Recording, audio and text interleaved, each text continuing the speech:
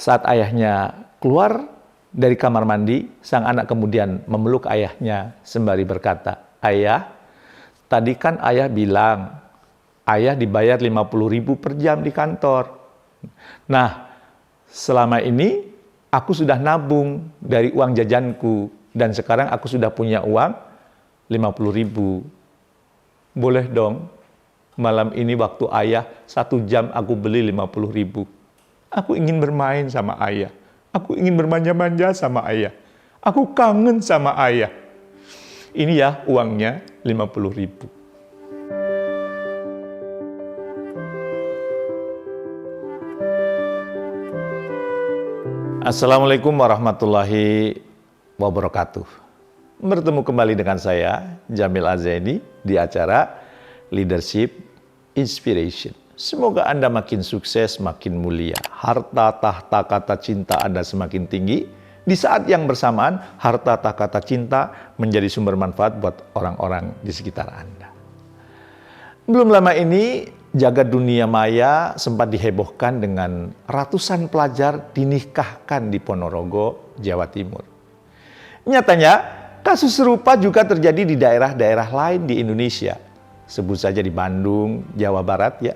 Setidaknya di tahun 2022 lalu ada sekitar 143 pasangan yang meminta dispensasi untuk menikah. Sedangkan Pengadilan Agama Kota Bima, Nusa Tenggara Barat ya menerima sekitar 276 ya pengajuan dispensasi pernikahan yang didominasi pelajar SMP dan SMA. Bahkan baru memasuki awal tahun ini di Pacitan, Jawa Timur, sudah ada orang yang mengajukan 20 dispensasi untuk nikah dini.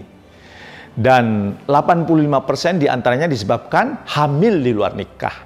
Bahkan ada juga yang anaknya sudah lahir ke dunia.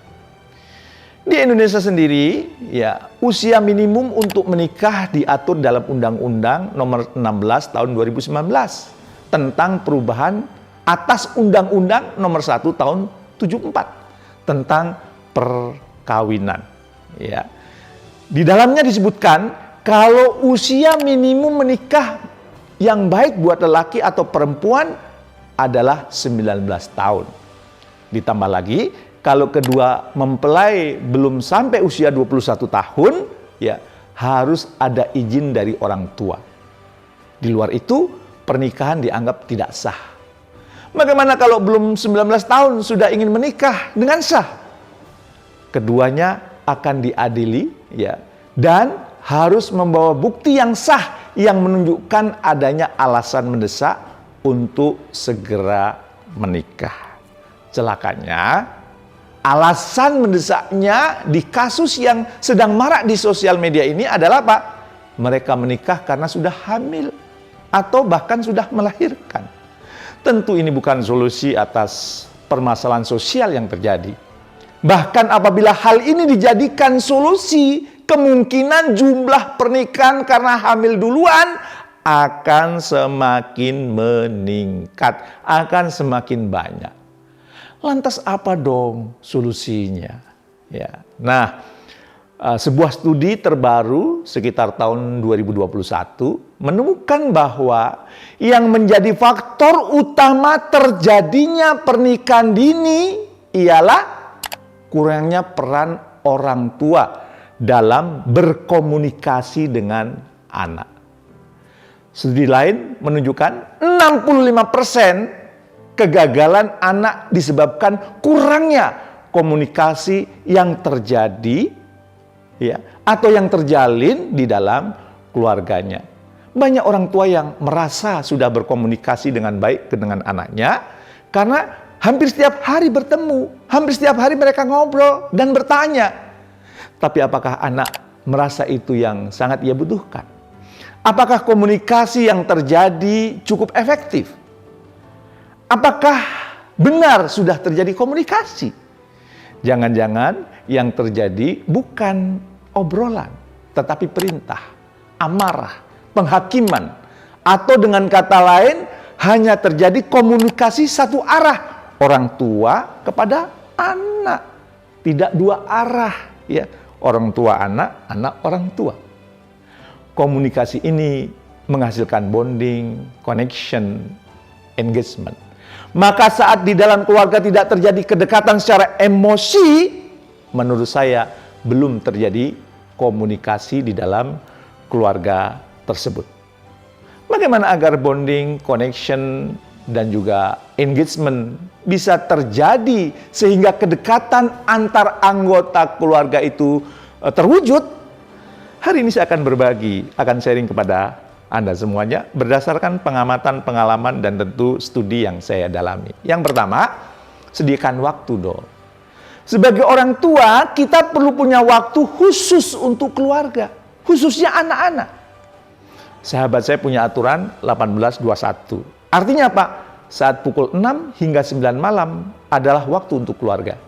Tidak ada TV, tidak ada YouTube, tidak ada smartphone, tidak ada laptop, ya. Pada kurun waktu tersebut selama 3 jam didedikasikan untuk keluarga. Kegiatannya boleh belajar bersama, ngobrol bersama, main bersama, makan bersama, pergi bersama, ngaji bersama, doa bersama, jalan-jalan bersama, tebak-tebakan bersama. Itu yang dilakukan oleh sahabat saya. Saat anak saya kecil, saya sering bermain kartu bersama, ya, anak-anak saya. Bermain juga petak umpet bersama.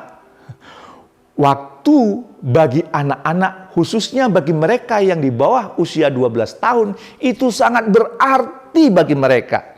Maka sediakan waktu untuk mereka. Saya menyadari pentingnya waktu bagi anak setelah membaca cerita, ya, tentang seorang anak yang sangat ingin bermain dengan orang tuanya, ya.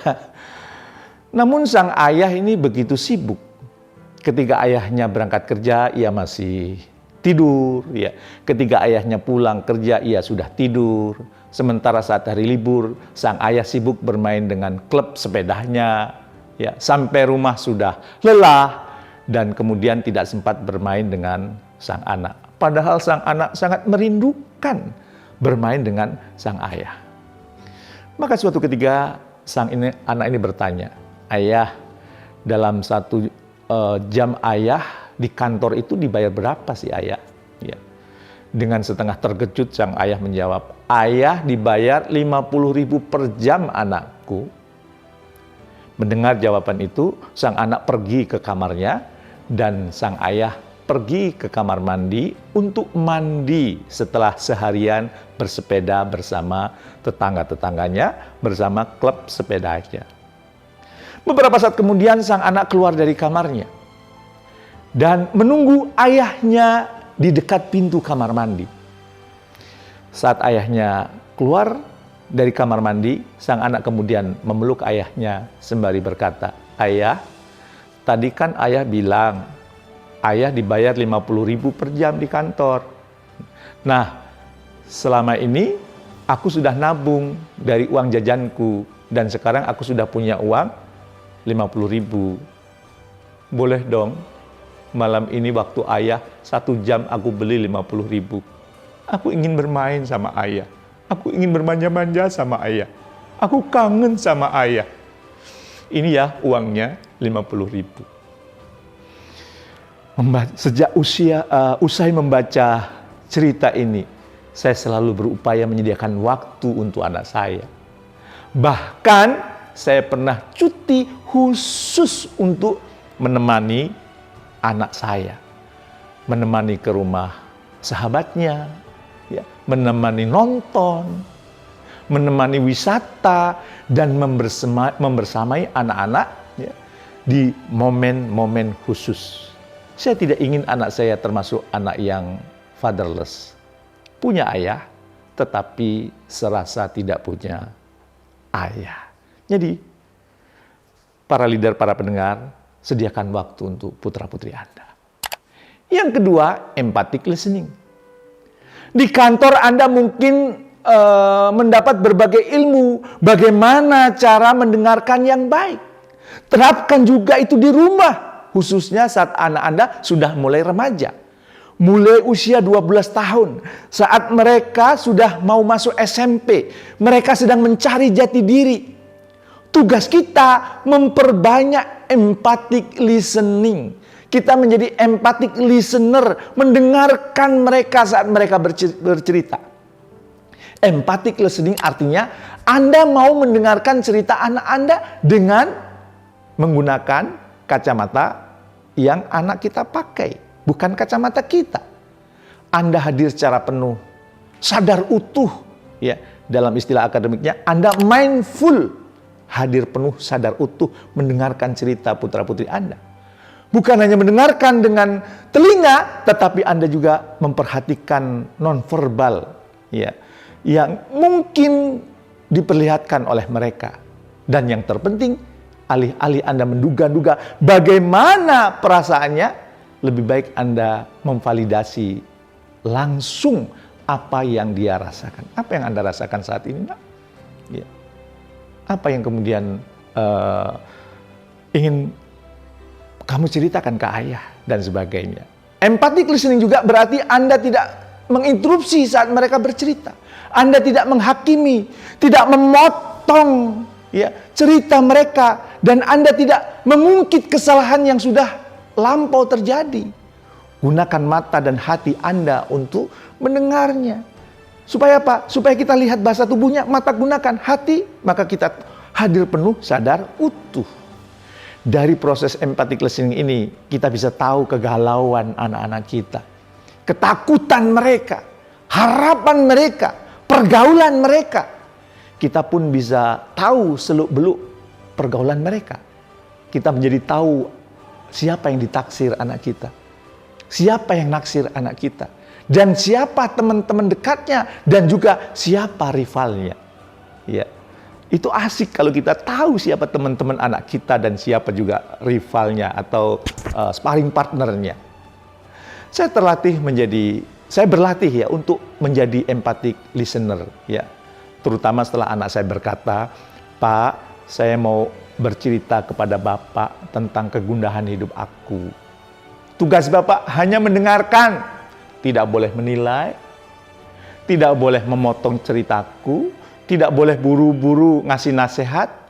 Bapak boleh ngasih nasihat kalau aku sudah meminta nasihat dari Bapak. Sampai sekarang, saya lebih banyak mendengarkan saat anak saya bercerita. Sekali-kali saya mengajukan pertanyaan.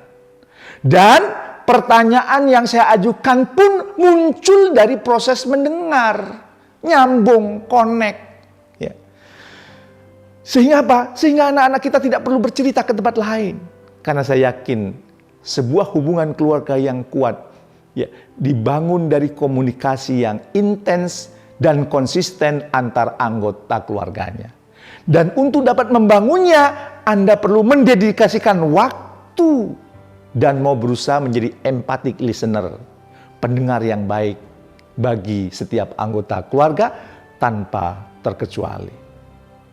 Dengan demikian, ada rasa memiliki yang terbangun, terutama antara anak dan orang tua. Ada bonding, connection, dan engagement. Ada kedekatan antar anggota. Anak pun merasa punya pundak untuk bersandar tanpa harus mencari orang di luar keluarganya, yang boleh jadi akan menghamilinya, ya, dan boleh jadi kemudian akan merusak kehidupan anak kita. Jangan sampai naudzubillah min dzalik. Menurut saya, inilah solusi untuk pernikahan dini. Solusi untuk pernikahan karena sudah hamil atau karena sudah melahirkan. Yaitu apa? Sediakan waktu anak dan menjadi empathic listener. Kalaupun harus menikah dini, bukan karena kecelakaan, tetapi karena kesadaran yang dalam akan tanggung jawab dan proses kehidupan yang ia sadari. Tahun ini, anak saya yang bungsu, ya, insya Allah akan menikah. Usianya baru 19 tahun, termasuk pernikahan dini, bukan? Tetapi itu bukan pernikahan, pelarian, tapi itu pilihan, ya, bukan karena kecelakaan, ya. Pilihan setelah melalui proses diskusi panjang antara anak saya dengan saya, anak saya dengan mamanya, anak saya dengan ibunya, dan juga dengan kakak-kakaknya. Insya Allah akhirnya kami semua mendukung pilihan anak bungsu saya untuk melakukan pernikahan dini. Menikah karena pilihan, karena tanggung jawab, bukan karena pelarian, bukan karena kecelakaan.